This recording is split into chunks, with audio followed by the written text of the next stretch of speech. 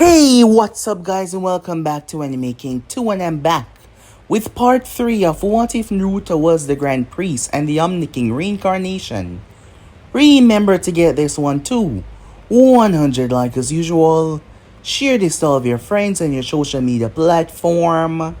And also guys, don't forget to go ahead and check out the brand new episode over on Anime King of What If Naruto Was Shisui's brother with the yellow Sharingan.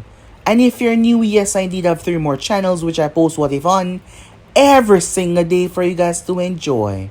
So go ahead and obliterate that red subscribe button and become a part of the Animaking family.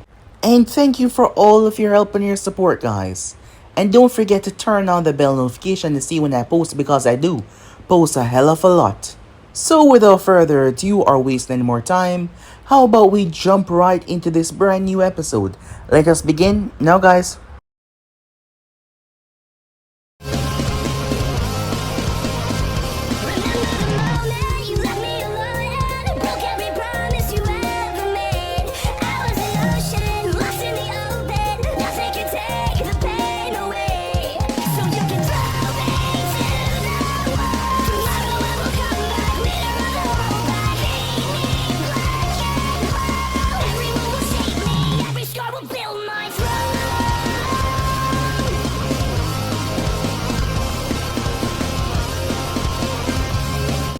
So, the last part that we left off. As Naruto joined the academy, he realized that it was not as cracked up as he thought it would be.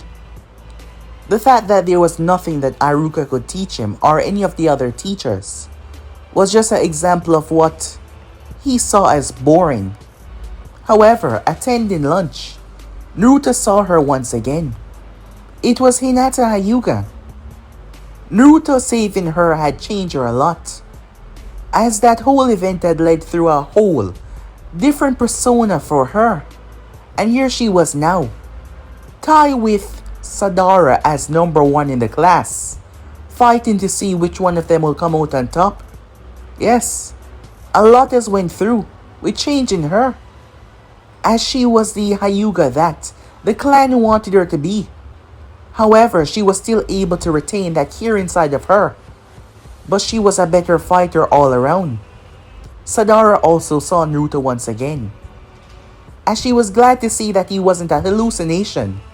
However, that was interrupted by Kiba making his presence known, as he wanted to see if the new guy was any good or not, and he also wanted to claim his mark to prove that he was the alpha.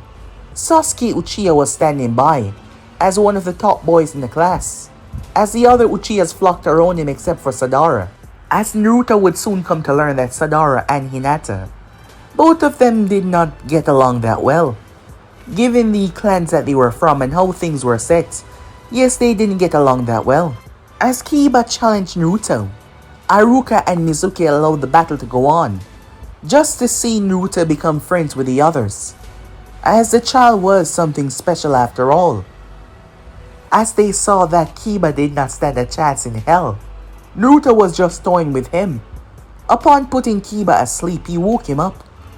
Well, that was actually a good thing, showing Kiba that he wasn't over him, as Kiba and Naruto became friends in the long run. A few years went by, as it was finally time for them to graduate. The test was extremely simple, like it was boring for Naruto. However, during that time, he had to pretend like this was the first time he was meeting Itachi, and the first time he was meeting Shisui, so no one would be the wiser. As he also spoke to Mikoto as well. Upon telling her that his mother told him about her, she was confused. However, Naruto told him that his father sealed his mother chakra and himself inside of him, so he would be able to meet them when he grew up. They were both surprised to hear that, but they knew that they should not be. After all, Minato was a seal master, so they shouldn't be that surprised. So with that, Naruto passed the test as he got his head banged. However, he came across something. As Naruto turned invisible, before listening in, it turns out that the scroll of sealing was stolen by Mizuki. As no one really know who did it, but Naruto already knew who did it, just from looking at Mizuki. As he followed him, Mizuki had a partner, as they had still forbidden scroll together. Mizuki promised him a lot that Orochimaru was planning on giving him, as Naruto was toying with them as they fought. He then proceeded to scare the living daylights out of them. What he did no one knew, but when the envoys came, they were begging to be put in cuffs, begging to be taken away, as Naruto spoke to the Hokage, who would rather not know what happened, as Naruto had a rather active imagination, and given his abilities well. Now he understood the state of Mizuki and Toji. So with that, some time passed, as Naruto was placed on Team 7 with Sadara and Hinata. Well, that was good for him, as he asked them if they would be able to get along. Both girls said that they will do what is necessary. However, it didn't seem like they were getting along, as they met Kakashi Hatake with Naruto dumping a bucket of water on top of him. They were confused as they asked Naruto how did he do that, because there was no bucket there before, which he promptly explained about his creation ability, which left the both of them stunned. The next day they were going to be participating within the tests, as both girls realized that one member would have to drop out. Naruto was stronger than them both, therefore they were okay with either of them dropping out. Naruto was able to bend light the moment it began, as he stepped to Kakashi already knowing the true meaning of this test. It was rather easy when you know what you were looking for. Kakashi made it seem that Naruto would have to work for the bell as well, but Naruto showed him that they were leagues away from one another, as he rested a hand on his chest and told him that it didn't matter if he wanted the bell or not. Kakashi could not stop him from taking it. However, he was going to try and convince the other two. Later that evening, Kakashi told the Hokage about the results of the tests. Hiruzen wasn't surprised, as he decided to have Kakashi sit down and tell him some more about Naruto. As Naruto was making his way home, he felt someone watching him, as he teleported right to the roof, and what he saw surprised him, and Naruto wasn't usually surprised. So yeah guys, basically as we left off, you guys can switch across to please check it out for yourself so we begin this new episode. It was a beautiful full moon tonight. As Naruto stood on a building, on his way home, he felt something watching him. Whatever this was, it wasn't human. It wasn't like him, but it was different. And now he came face to face with that thing. I must say, I'm not usually surprised, but right now I am. Congratulations to you for doing that. Naruto said, looking at this thing in front of him. It possessed a human shape, however, his eyes could tell that it was not human. Not in the slightest. So tell me, what are you? And why exactly were you watching me? Naruto said as he tilted his gaze, looking at this thing standing in front of him. Majority of its body was cloaked. As Naruto thought that it was a shadow on the ground, but he was wrong. Its body itself seemed to be intertwined with shadows. There was a dark hood over its head, concealing its face. It had a strange staff in its hand. It was a sight, with the blade tilting over. He held it calmly. Its skin was rather pale, as it wrapped around the hilt of the sight. There was nothing much else that Naruto could see. It finally opened its mouth and spoke. How did you find me? It said. Well, given that you were spying on me, I should be asking you why you were spying on me, not the other way around. My orders are above anything that you are, and anything that you wish to say. Your orders. So someone sent you. Can you tell me why is that? Naruto said. Looking at the thing in front of him, it started to walk, the shadows moving with it. You are not supposed to be here. I'm not? No, you aren't. You're not supposed to be born in this world, this time, this existence. You are not supposed to be here. You should not be here. You said that already, said Naruto.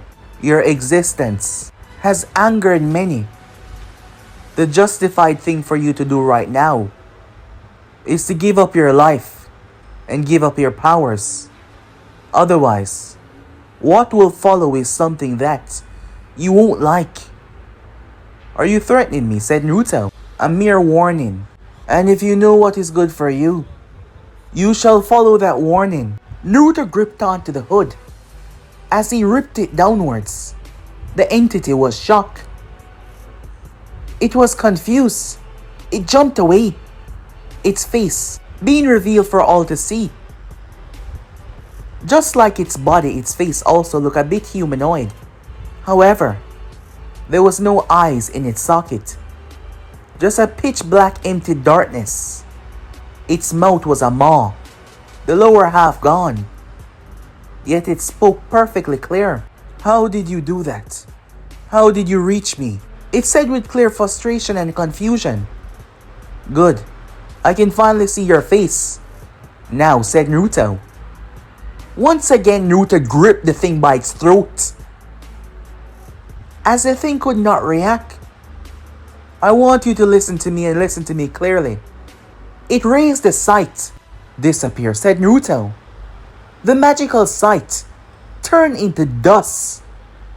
The shock look that was being portrayed on this thing's face, as it couldn't believe what was going on. I don't know what you are, but I can feel death around you. I don't like to be threatened, so I'm only gonna tell you this once. Go back to whoever sent you and tell them to piss off. I don't care if I wasn't meant to be born in this world. Because I am. And there are people here that I care for. And I'm willing to tell you or anyone that. Because I'm gonna make this straight right here and now. If anyone, gods, demons, creatures, if any of you threaten the people I love, I will move heaven and earth and existence itself to wipe every single one of you out. You have no idea what I'm capable of. You step in here. You step into my village, my home, believing that you have a say in what the hell is going on, telling me to relinquish my powers. Naruto gripped tighter around its neck as it found itself unable to move. Look at me. It was forced to look back at him. So go back to your master, go back to your damn god, or whoever the hell sent you. If they have a problem, come and face me personally, and I will deal with that problem. Naruto did not like to be threatened, especially by anyone that was below him. Time after time again, Naruto has actively suppressed his power.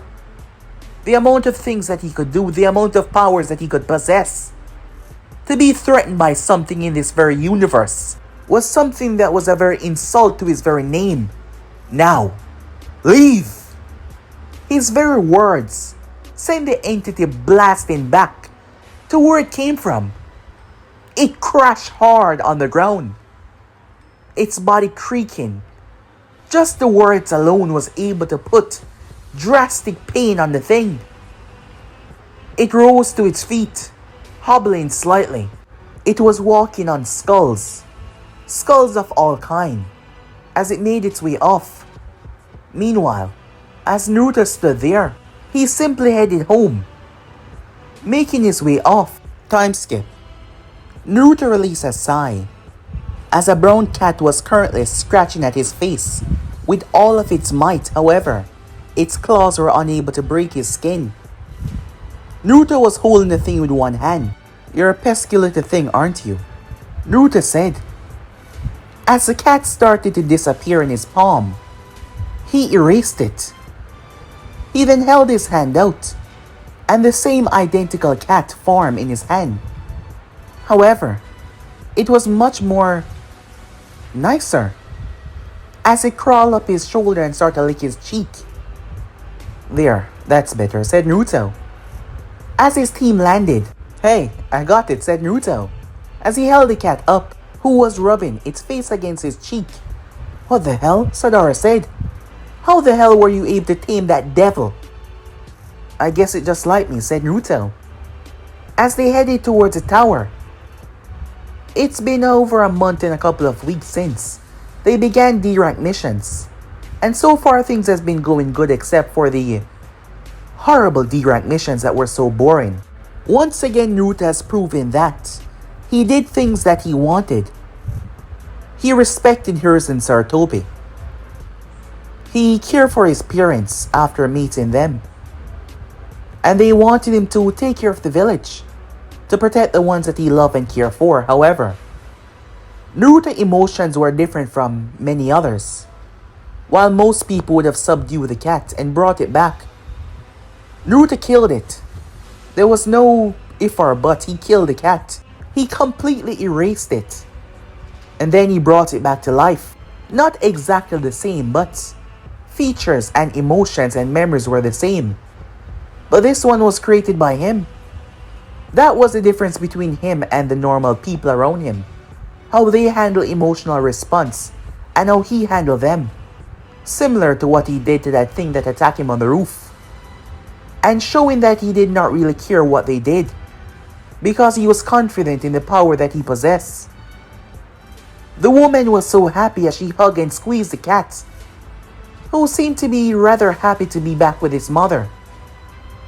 As she thanked the team before making her way off, she was the wife of the daimyo, and she was really happy. Hiruzen was about to give them another D rank. However, he could see the look on each and every one of their faces. Even Naruto was starting to get tired of these, as the two girls were not pleased in the slightest, judging from the frown the moment he said D rank, another one. However, neither of the girls would say anything. From Sadara wanted to be treated as an equal, not wanting people to treat her as special or different just because of her background and who her family was. She wanted to make a name for herself. And Hinata was too respectful, believing that the Hokage knew what was right. Naruto, on the other hand, decided to speak up. If I'm not mistaken, all teams within Konoha has to go through a period of going through D-rank missions. While that is a sign of building trust within the village, getting to know your comrades. I'm sure that you can see that this team has done more than enough of that. After all, if it's a misunderstanding of our skills in terms of getting something more dangerous, I'm sure that you can see that we're more than enough capable of protecting ourselves. I think that it would be a good idea for us to take on something more challenging than a D rank. Won't you say so yourself, Hokage-sama, said Naruto, in the most respectful way possible. I am sure that you can see that both of my teammates, as Naruto rested a hand on both of their shoulders, agree with me, and our sensei is also inclined to agree with us as well, said Naruto, dragging everyone into it, as Hiruzen's gaze was focused on the boy. So, wouldn't you say that it was time, Hokage-sama, said Naruto, with a smile. Time skip. We now find Team 7 making their way. As the sun was high in the sky, the area was clear as they walked. Hinata was at the base, because of her spectacular eyes, able to see in rather far distances. The client was in the center. Naruto was on the right. Sadara was on the left. Kakashi was close by to Hinata, as they were in a triangle formation. Hiruzen had felt it best to see them on the field, to see what they were capable of. Therefore, Team 7 was given a mission. Their client was a man known as Tazuna, an architect, a bridge builder, as they were supposed to transport him to the Land of Wave and make sure that he was well protected until the bridge was completed. So now here they were. Tazuna, on the other hand, never expected one of the kids to be so fascinated in his work, as Naruto seemed to be rather fascinated in his work of, well, basically creation. How he started from nothing, building nothing into something truly amazing.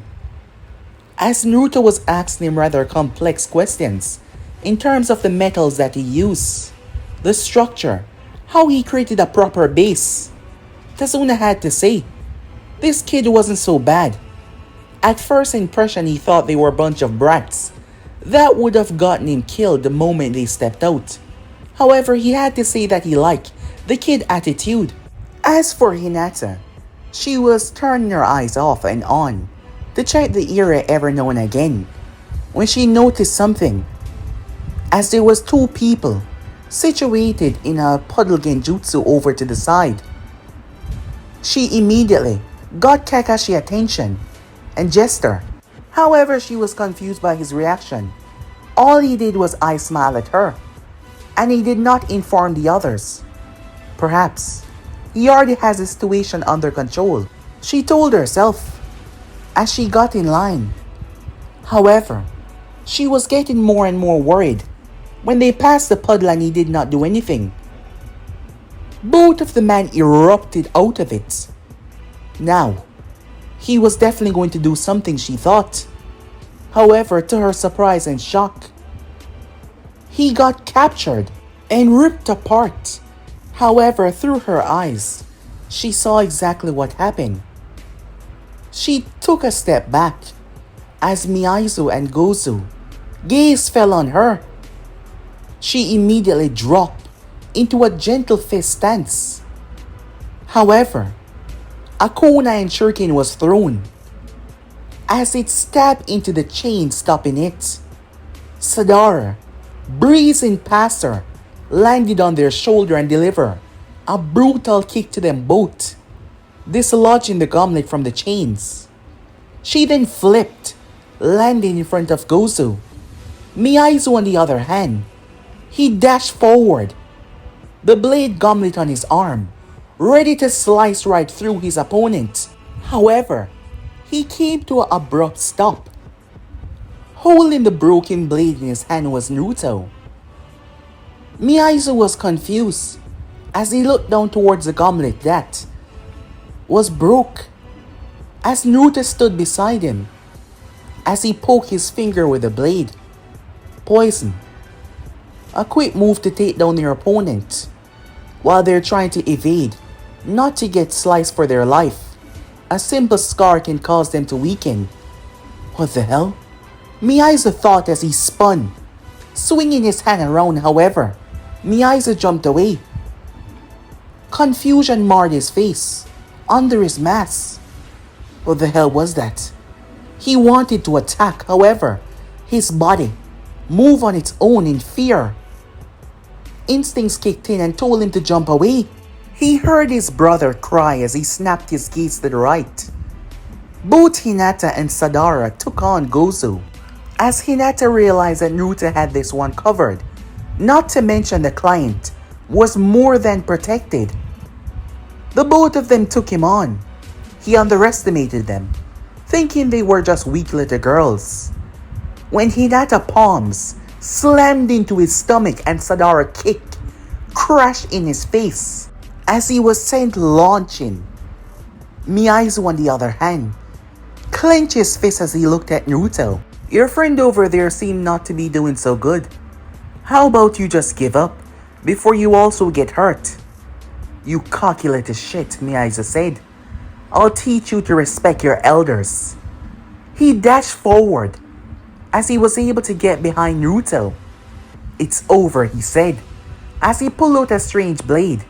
It was short, too short to be a katana, and too nimble to be a tanto. He thrust it towards Naruto's back with the sole intention of killing Naruto. However, Naruto spun around. Miyaizu smirked as he dragged the blade down, slashing Naruto across the face. Now it's over, Miyaizu said. However, when he gazed back upwards, Naruto stood there with his arms folded. Was that supposed to hurt? Miyaizu's eyes widened in shock and fear as he started to step back. However, Miyaizu was confused. He was sure that he did not blink. Then how? How was the kid directly beside him?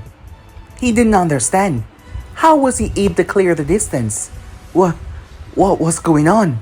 And his blade, it was gone. As Naruto was now holding the blade, Naruto raised the blade into the sky before he brought it down. When it made contact with the earth, the ground split as a violent explosion tore through the forest area, traveling into the wilderness. Well, I guess it's not the blade, but the man that wields it, said Naruto. Miyaizu dropped down to his knees in utter fear. This wasn't a kid. This was a monster, he thought. As all fighting had ceased, Gozu, who was struggling to get back up after being hit by Hinata, with his points being closed up, his nose broken, felt a pressure behind him as Kakashi Hatake was now standing behind him. The next moment he was unconscious. Miyaizu was shocked and unable to move in fear, believing that his life would be snuffed out. It was the mere aura that was coming from Naruto from just being so close. It was scaring Miyaizu so much that he could not even move. Naruto reached up and tapped him on the forehead, and his eyes rolled back, and he passed out. Grabbing him by the back of the shirt, Naruto dragged him over toward his brother and dropped him on the ground as he looked towards the girls. Like I said, if the two of you are able to put your differences aside and actually work together, you both would be unstoppable.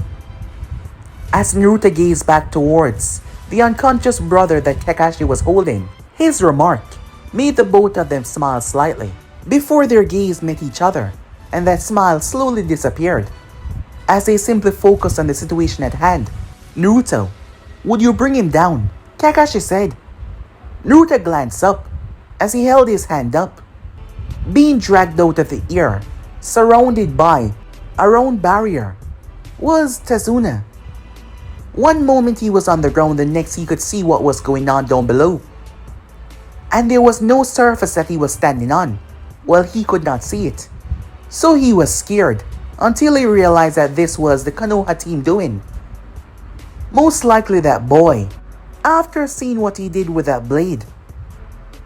As he finally came down, he started to hug and kiss the ground. That experience was so horrific. He really hated heights.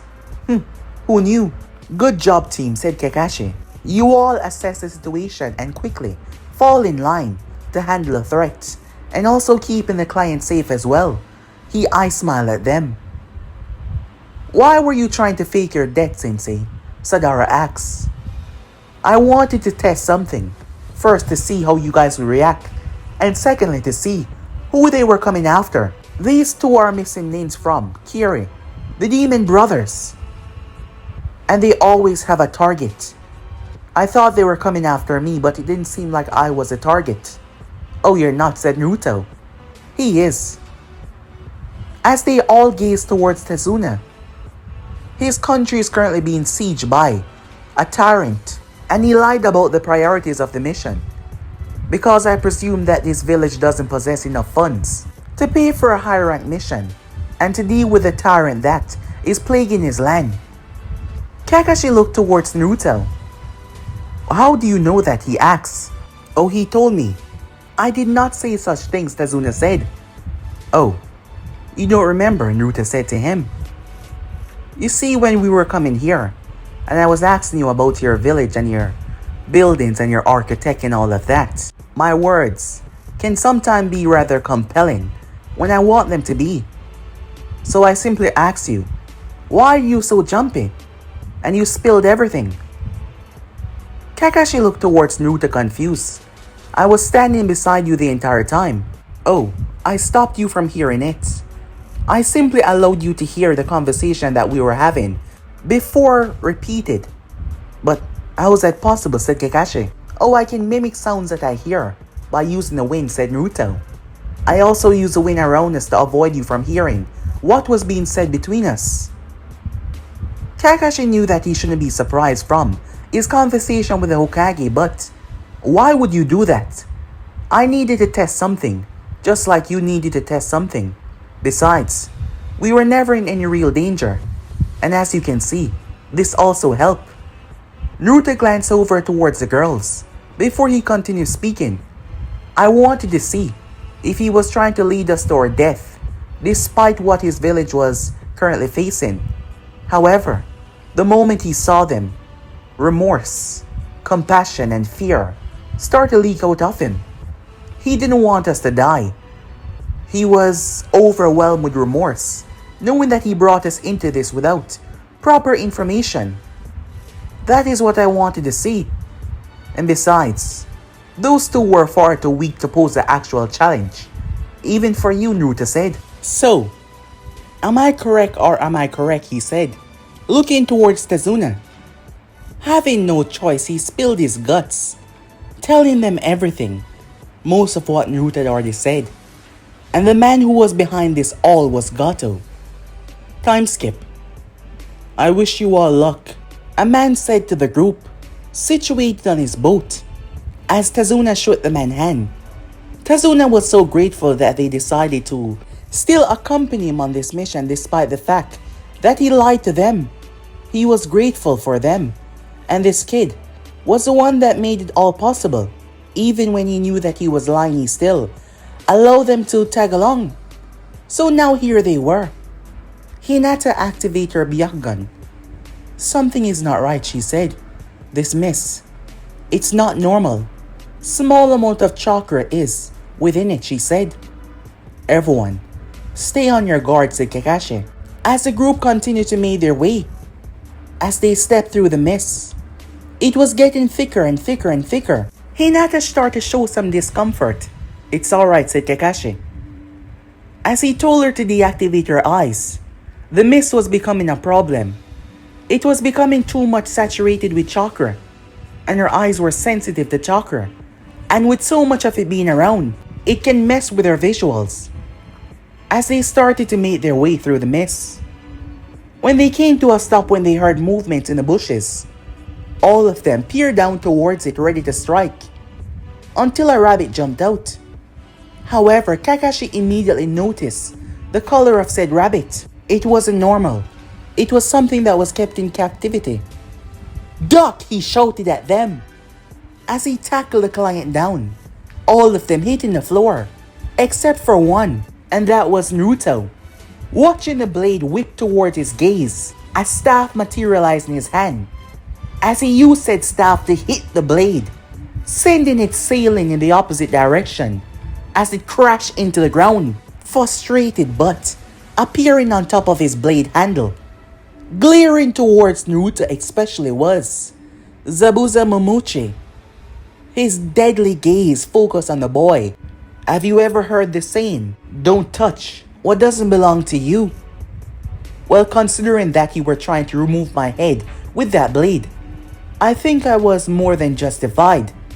A cocky brat, huh? Well, it's ones like you that die first.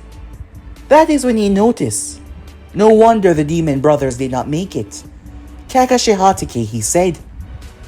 Kakashi stepped forward. Zabuza Momochi, he said. All of you stand back. I'll handle this. Reaching up, he brought his headband up. Sadara was not surprised, as she saw that eye that he possessed, fully aware of it. Her brother had spoken about it. Zabuza merely laughed. I'm honored, he said, to be face to face with a Sharingan right off the bat. You know, there was a bounty on your head when I was at Kiri.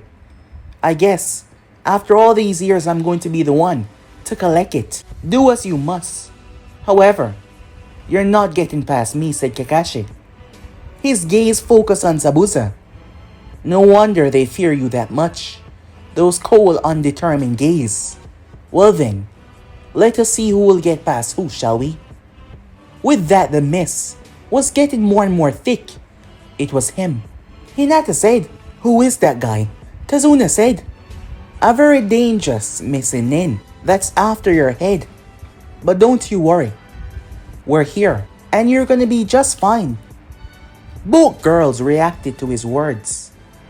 They knew, even Kakashi knew that Naruto was leagues above the both of them, and yet, whenever he spoke as them as a team.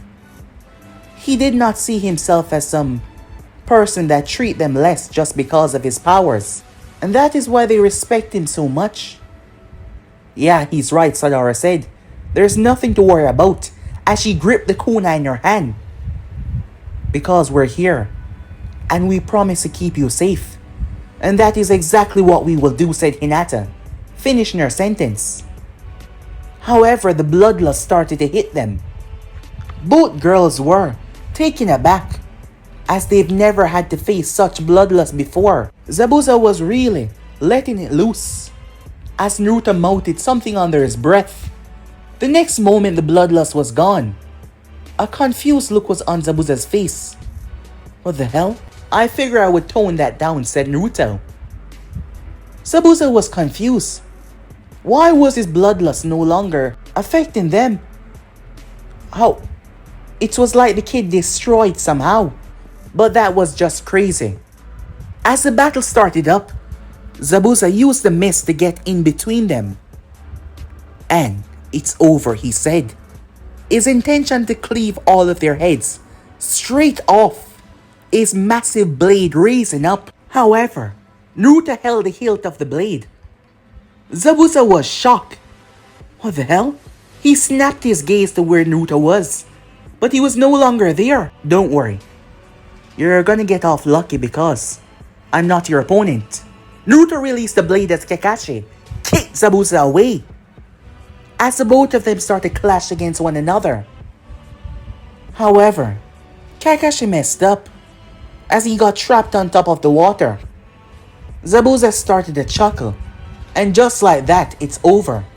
Hey! He turned his gaze as Naruto was calling out to him. Do you know who I am? Why would I care, Zabuza said. There's no point in caring about the dead.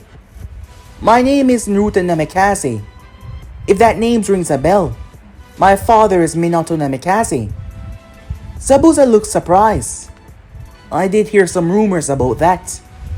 But why do you think I would care about your damn name? Trying to bribe me or something? No, it's not that. I was just checking if you were some sort of coward who would run at the sight of a name. Well, you're mistaken, brat, he said as he created a water clone. You're just a damn brat, name or not, and you're going to be slaughtered just like your friends. Watch your mouth, said Naruto. What? I said watch your mouth. I don't take threats lightly, especially when you threaten people I care about. So watch your mouth. I'm not gonna tell you again. Zabuza looked rather surprised. It seems like you don't understand the situation, brat. This is no longer some game or anything that you believe it is. This is life or death. Allowing a bunch of kids going around playing ninjas believing that they're ready for it. I must say Konoha's standards has really dropped. And because of that, you and your friends are going to die today. Zabuza was confused. Once again, it happened. Similar to what happened with that unknown entity and with the demon brother. They could not see the transition. Naruto raised his hand and slapped Zabuza across the face. The amount of force that was used, the water beneath him exploded. Blood flew from his mouth. His body was thrown. The amount of force sent him bouncing off the top of the water like it was made of steel. Because his body was moving at such speeds. Boom! Zabuza crashed to a tree. Bam! He slammed into another, his body tearing through it. Before he spread eagle on the ground, as he was a mess. I told you to watch your damn mouth, Naruto said, hovering over the water. Naruto had simply flew through the clone, as the thing had turned back into what it was. Kakashi, who was now free, spat out a bit of water as he looked at Naruto. Sorry about interrupting your fight. It's just, I did warn him, said Naruto. One might think that Naruto was angry, but that was not the case. He wasn't like them, so he did not feel such emotions like them. However, he cared for people, but he also respected Kakashi. Having to battle Zabuza as their sensei, being the one to step up, and he did not want to intervene. That is the reason why Zabuza was still alive. But he's not dead, said Naruto, so you can go and finish him. Interesting. Naruto said as Hinata activated her eyes. Someone else is here. They're taking him away. What's that? She said, confused. She didn't understand. What is it? Said Kakashi. They created a structure. It's like a mirror. They stepped through it with Zabuza. They're gone. Naruto saw exactly what happened. However, he did not want to demean Hinata's skills. After all, she was special in that department, her visual eyes. But he could see in a very, very, very far distance. Actually too far. But he kept that to himself. There were certain things that he kept to himself because he knew, if people knew, they would see him as a threat. Even if he were on their side. Well, I guess he lived to fight another day, said Naruto. Time skip. Another example of Naruto not being like them. Naruto had the power to do a lot. However, face to face with these people, some of them hungry, who haven't eaten for days, he did not care. Yes, he did not care because he did not know them. People could be suffering and dying and Naruto would not lift a finger to save or even intervene in their suffering. Because those things did not bother him. He lacked the empathy to care about people that he did not know. And that is one of the biggest driving points, that he was completely different from those who he was around. As he would fight and kill for these two that were on his team, even his sensei. But seeing these people in the state that they were in, it did not affect him in the slightest. He just looked past them. Time skip. Sadara was focusing on 3 scrolls. Having the concept of 3 walking down, Hinata was the same as well. Kakashi had to elevate his training, as they need to get stronger. Him and Naruto were seated in a tree, just gazing downwards towards the animals, as there was 2 animals down there fighting. Naruto's gaze was situated ahead. So what do you want to talk to me about? It's about your strength, said Kakashi. You slapped Zabuza across the face, and his body was hurled like he was hit by a force from a S-rank jutsu. What about it, said Naruto. The Hokage told me a bit about your strength. I was wondering if you could fill me in on the rest. How exactly powerful are you? And have you tested the limitations of your abilities? You mean my physical strength? Or my spiritual strength? Spiritual, said Kakashi. Yes. There are certain things I can do that switches spiritual side. Things that you won't believe if I told you. However, let's focus on my physical strength. I'm not sure if there's a limit to what I can do. I haven't come across it yet. I have tried, but it didn't work out so good. What do you mean, said Kakashi. Naruto held his hand out as a small, hexagonal orb appeared in his palm. It cracked. The next moment, Kakashi was standing on a field. He was confused. Where are we? What's going on? This is one of the many dimensions I created. Dimension? Are we no longer on the elemental nation? No, we're not, said Naruto. I created a space beyond this one. Beyond our home. A place where I train. A place where I come to understand my abilities. You said one of them, said Kakashi. You catch on quick, said Naruto. Exactly. I've tried in the past to see the limitations of my abilities, but every time I did, the dimension ended up failing. Hold on, said Kakashi. I'm just going to skip past that you created the entire dimension for now. When you say failed, do you mean destroyed, said Naruto. So you're telling me this space. How far is it? How wide is it? Well, there are limitations to some.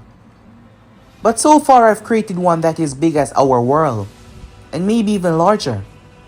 But I have destroyed others, just by flexing my powers already.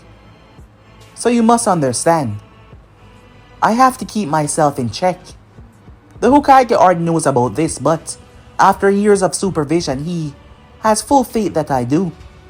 I don't really like to tell people about this, because friend or foe, they will unknowingly see me as a threat.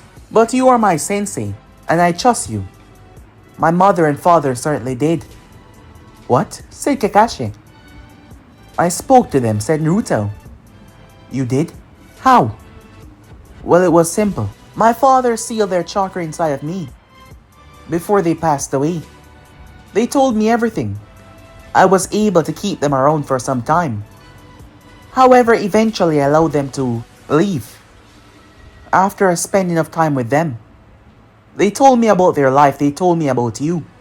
They even told me about Ren Nahara and Obito Uchiha. That was a long time ago, said Kakashi. But you really spoke to Minato and Kushina? Yes, said Naruto. They were as surprised as many people are. Well, there's not many people that know what I can do. But still, Kakashi felt the ground shake as he saw an ocean, when suddenly, something erupted out of it. Kakashi stepped back, his eyes widened in shock and disbelief. A monster. A kraken. The thing was at least 3 times larger than the 9 tails. Naruto held his hand up as an orb form. He crushed it as they were back in the real world. Kakashi was looking at Naruto for a long time. He had to ask, "Are you a god?" he asked, causing Naruto to chuckle. You know, you're not the first person that asks me that. But whenever someone do, I don't know why I find it rather hilarious. Especially with the look on their face. And yeah, maybe. I'm not sure, but perhaps I'm a god. I mean, no one else can do what I can do. Kakashi was just looking at him, his mind struggling to understand everything that he was told. Time skip. As Sadahara made her way, she came to a stop. Hinata was pretty exhausted. Her hands were bruised as she was striking the post, working on her taijutsu. The both of them looked towards each other. Look, Sadara said, I want to make sure that we can actually work together.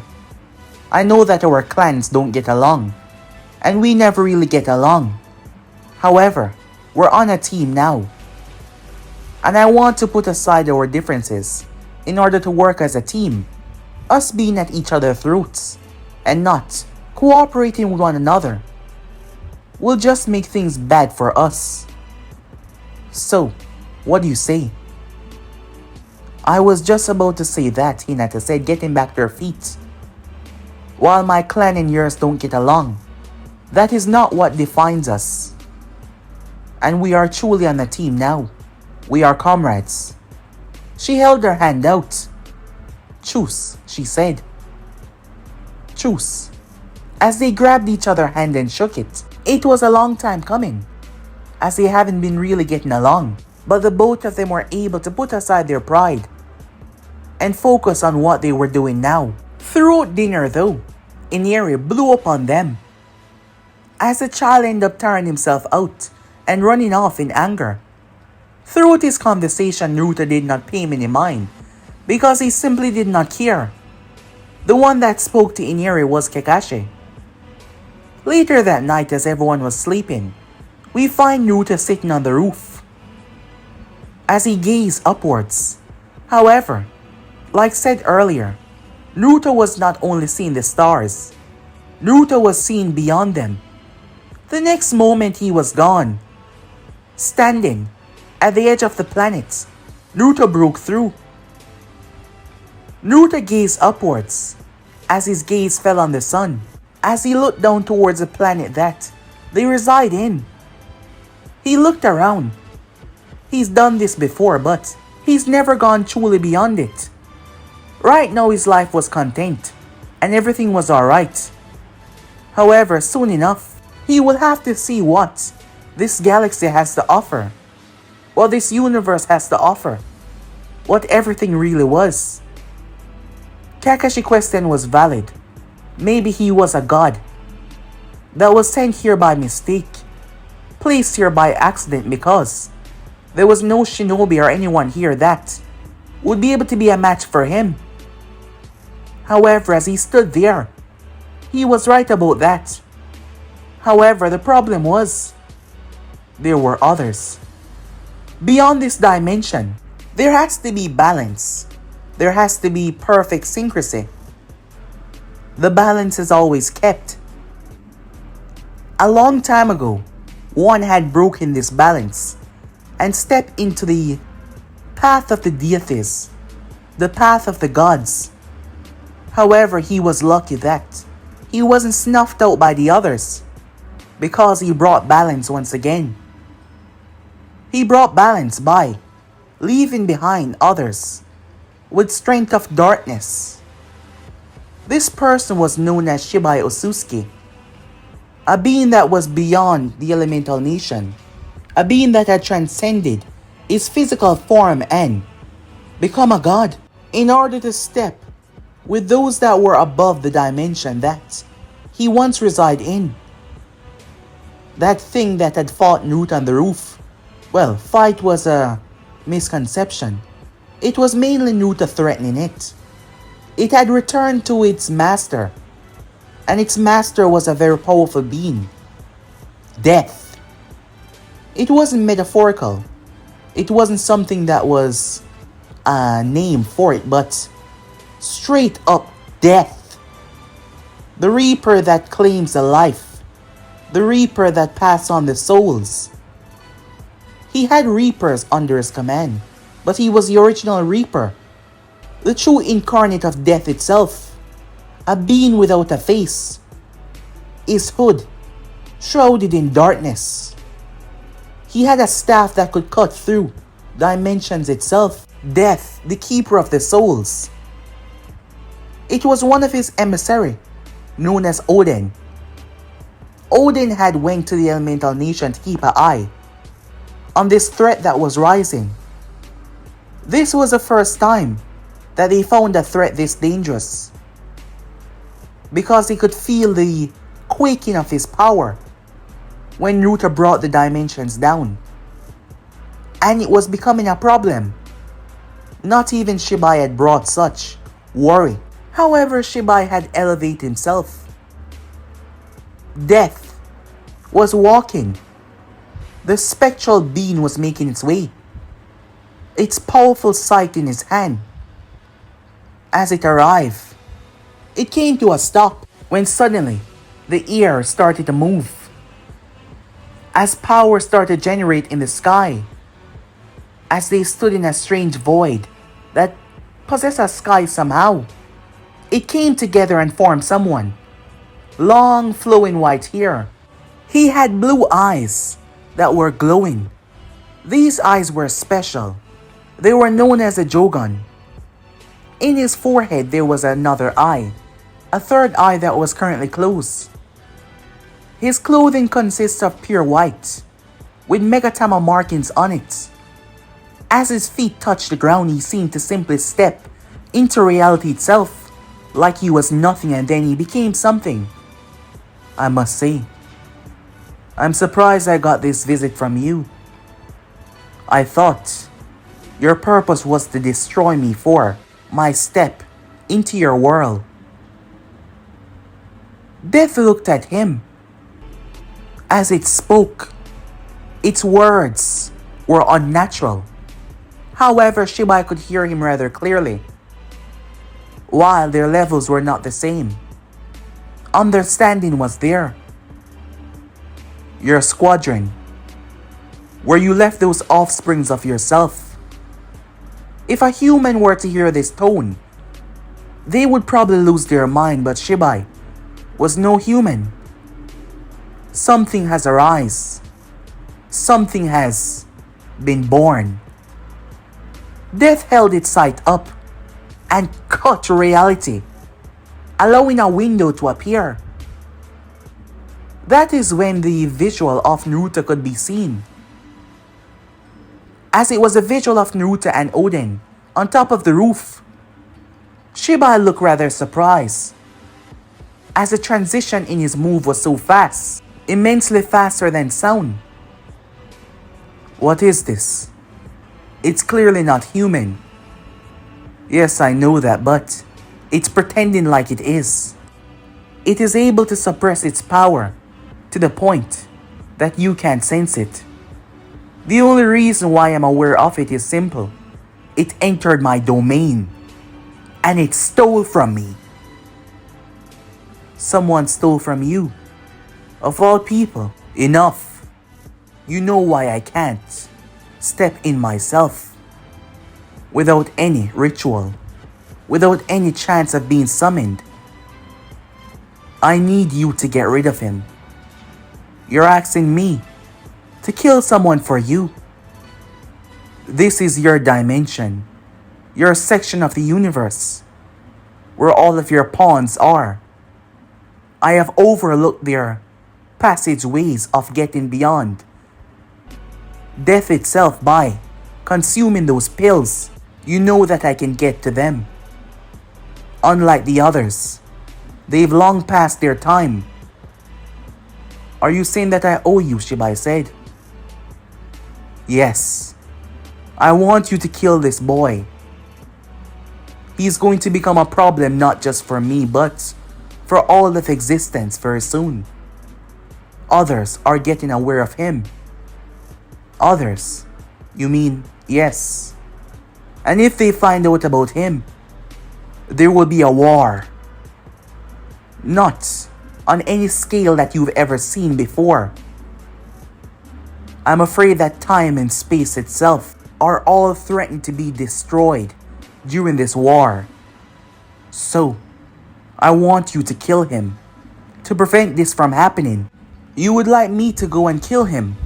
Of course not. Your existence in the mortal realm will affect all the humans on that planet, and it is not their time. I want you to use that weapon of yours, the one that you created. You mean the one that you banned, the one that you and the others forced me to lock away? Yes, I will give you control over it once again, as long as you use it for what I desire. And what do I get out of this? Death turned towards him as the place started cracking with black lightning. I have tolerated your existence despite you stepping beyond your bounds and breaking many laws in the universe. Do not test me, he said, as he gripped his staff and pointed to Shibai. You will do as you're told. Shibai was powerful, yes, but that was death itself, a being that he had no choice of defeating. Death could not harm certain people because they did not break any laws, but Shibai was supposed to die a long time ago. Him and the other Osusukis. Even a being as Shibai was capable of death, but Shibai prevented that. It was rather simple. Shibai was birthed into this world by a tree known as the God Tree. It came into existence by swirling energies within the universe, forming life, and it gave birth to him, another anomaly in the universe. Shibai chose to grow more stronger, just like what the tree was doing when it was absorbing strength over years and years. And Shibai chose to take that and grow his strength. Planet after planet he absorbed. He created many things in the universe, many abominations with his abilities. Shibai was the definition of a god. He sucked planets dry, devouring all of their essence. He became so powerful that he was able to transcend his physical form, and now he was an essence. He was a being of raw, destructive power. On that day that his body exploded, he ruptured space and time and stepped into a deity form. So yes, even he could die. But now he had transcended many. But he has not transcended death. The being that say what is what and do what is what. Death itself. Shibai held his hand out as death reached up with its sight and slashed through the sky, ripping open a dimension. Its sides started to glow as it swirled it, Something was pulled out of the dimension as Shibai grabbed it. Looking into his hand, there was a white orb with something sleeping inside. Time skip. Naruto was standing on the pier. Inari was bothering him. Tsunami looked over with a smile on her face, happy that they were getting along. Since his talk with Kakashi, Inari had taken a better look on the situation, as Naruto was the one that was here, charged with protecting the family, as they've been taking shifts just in case Gato decided to come after the family to threaten Tazuna. As Inari had saw Naruto sitting, simply watching the ocean skip by, when he decided to question him on what kind of ninja stuff can he do, as he was actually acting like a child and not some broody grown-up. As Naruto didn't find him so annoying anymore until he started to become really annoying. Naruto heard something. Tsunami had walked off. What's wrong? Inari asks.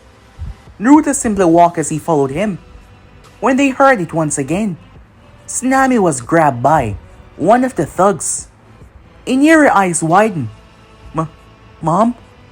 Without hesitation, he ran. Leave my mom alone, he yelled, running as fast as he possibly could to intervene. One of the thugs looked towards him as he smirked. Inari, no, Tsunami yelled.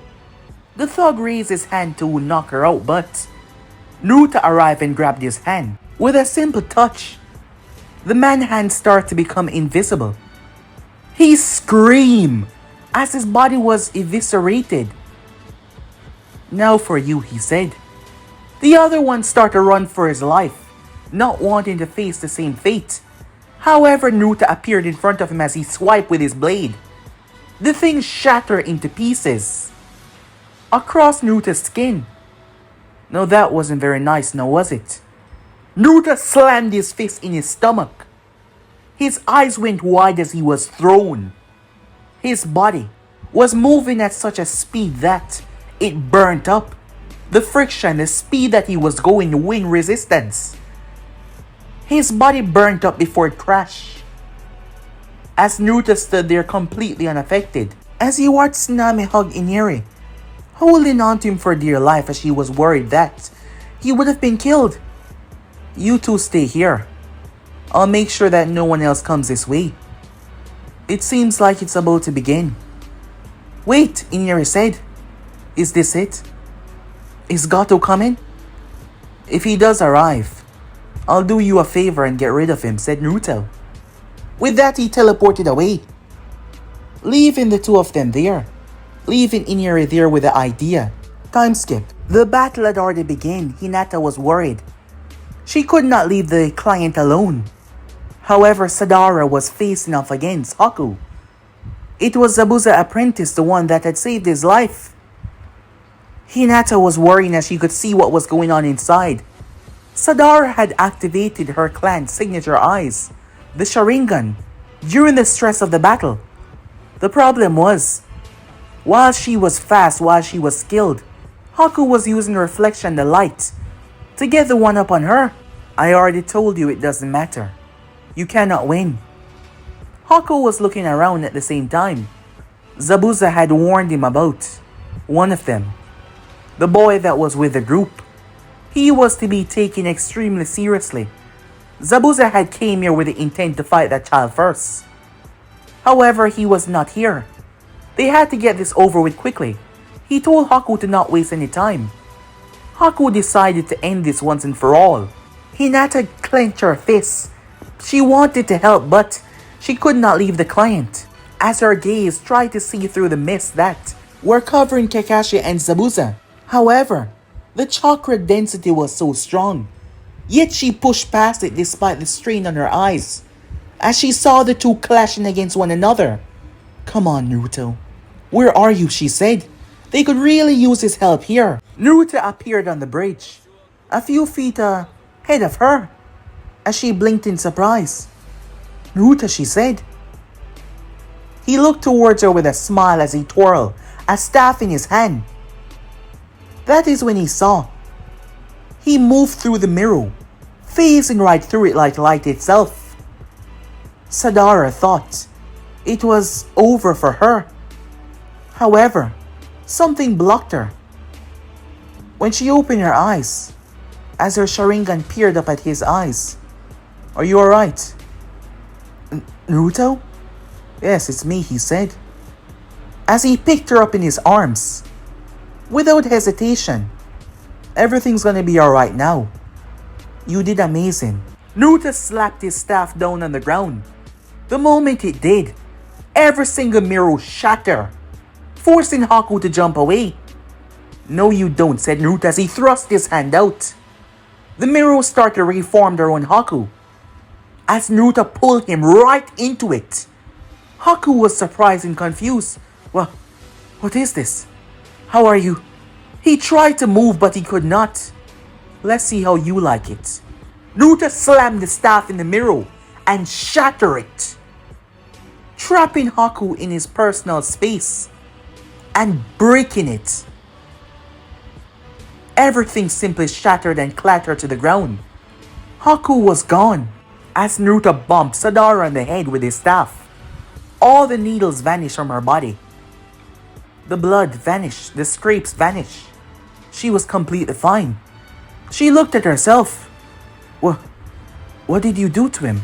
"I simply gave him a taste of his own medicine," said Naruto. As he looked ahead, it seems we're not alone. Naruto took in a breath before he exhaled. He blew away the entire mist. "No, that's much better." All of them were in shock. As he started to walk, all fighting came to a cease. As Zabuza stood there, he dashed past Kakashi, his blade swinging down on Naruto. As he wasn't about to let his opportunity pass once again, the last time he came face to face with his kid, he hit him so hard that he crashed through several trees. As Zabuza brought down the full weight of his blade, Naruto turned before he could even reach him. As he placed his hand out, Zabuza froze. "I told you before that you should be lucky that I wasn't your opponent. But attacking me a second time will only get you one thing." Naruto held his palm out, and in the center of his palm was a miniature black hole. He slammed it in Zabuza's chest. Zabuza started to cry as the thing started to rip and pull his organs inside out before it swallowed his body. Naruto then reached out and gripped the black hole as he clenched it in his hand, and it was gone. Kakashi and the others fully arrived. Kakashi looked around. "There's no need to worry anymore, Sensei. He's gone." As for them, they looked ahead as Naruto walked. "I presume that you're Gato." "Huh? Where the hell is Zabuza?" "I'm not here to talk. Just shut up and die." Naruto held his hand out as he drove the staff down towards the bridge. The moment he did so, every single ounce of water erupted upwards. Every single thug, including Gato, was pulled. As Naruto twirled his staff, the water twirled and turned into a humongous tornado, twisting and ravaging. It tore their bodies to sunder and shreds, ripping and erasing every ounce of them. As Naruto stood there completely unbothered, despite wiping out a couple of people like it was nothing. Sadara and Hinata, eyes were so wide it was funny. Kakashi was trying not to look the shock part as well. Kazuna was unable to speak. "Well, I suppose we're all done here," said Naruto. "I'm sure that will..." Naruto did not get to finish as he turned. Something hit Naruto so hard that his body created sonic booms as he split through the heavens. Naruto flew through the planets, despite the far distances of the other planets. Naruto's body crashed into an entire planet with such force that the whole thing erupted. An entire planet with Naruto in the dead center erupted in a giant blast. The earth was affected as the explosion was massive. It was the amount of force that Naruto was thrown with that made the explosion so violent, as a desolate breeze whipped over the elemental nation. It was shocking how the force traveled so fast throughout space. It just goes to show how much force Naruto was hit with. Everyone was speechless as standing there was a being. He was 10 foot tall. He had no features on his face, no eyes, no mouth. His skin was grey. His body was humanoid male, but he was wearing no clothes. As he was gazing up at the sky, "Mission complete," he spoke, despite the fact that he did not possess a mouth. As he then turned his gaze towards the remaining members of Team 7. But guys, to be in sub, so right here, if you want to see next portion to do, like, subscribe, comment down below, and turn on that bell notification to stay posted. But I'm out for now, see you guys soon. Peace.